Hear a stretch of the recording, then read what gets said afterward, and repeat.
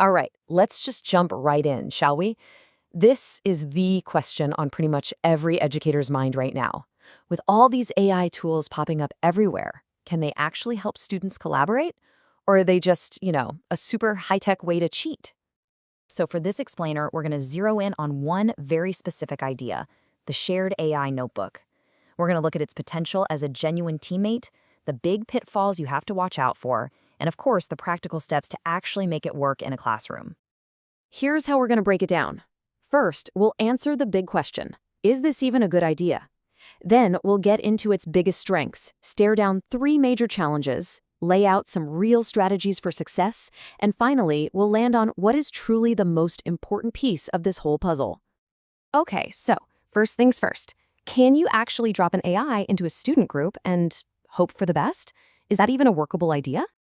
Well, the short answer is yeah. But, and this is a huge but, it's not some kind of magic wand. You can't just throw this tool at students and walk away. Its success, or frankly its failure, is going to depend almost completely on how the teacher designs the lesson around it. So let's talk about the good stuff first, the yes part.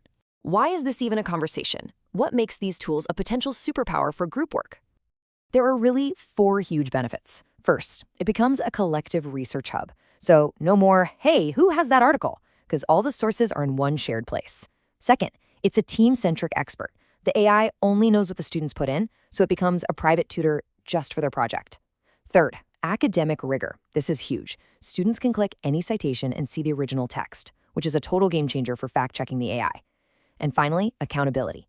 Teachers can actually see who's contributing and what the group's been up to. And that point about the group tutor really gets to the core of it. See, this isn't just a generic chatbot pulling from the whole internet.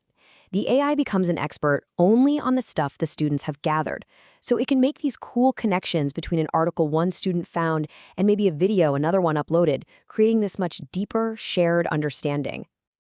All right, that all sounds great, right? But now we have to talk about that big asterisk we mentioned, the but. There are 3 major challenges that can absolutely derail the whole thing if you're not ready for them. Yep, there are 3 of them, 3 critical hurdles. And honestly, ignoring these is kind of like setting up the project to fail before it even starts. Let's dig into what they are. Okay, so here are the big 3. First up, no surprise here, academic integrity. How do we keep students from just letting the AI do everything? Second, equity and access. Not all students have the same tech skills, right? And third, the classic group project problem. What do you do about free writing? So those are the roadblocks. But here's the good news. For every single one of these challenges, there's a clear teacher-led strategy.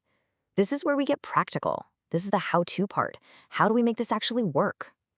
Let's start with academic integrity. The big fear, right? That kids will just copy-paste whatever the AI spits out. The key here is to shift what you're grading. Don't grade the final output, grade the process. The solution is to design the assignment around metacognition.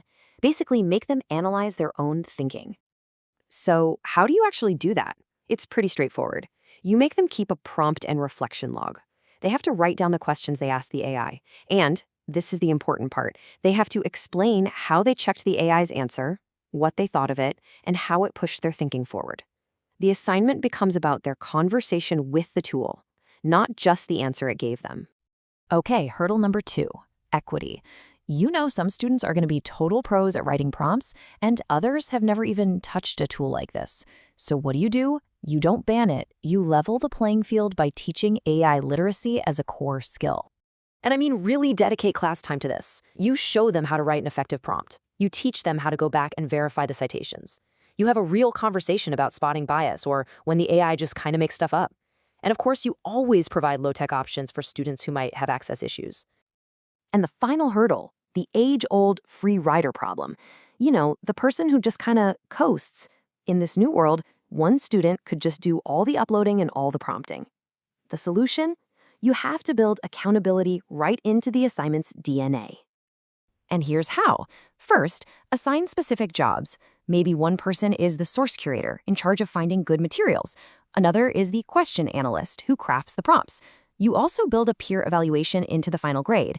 And with these tools, you can even check the analytics to see who's actually logging in and doing the work. So you see the pattern here, right? Every single solution, every strategy, it all comes back to one person, the teacher.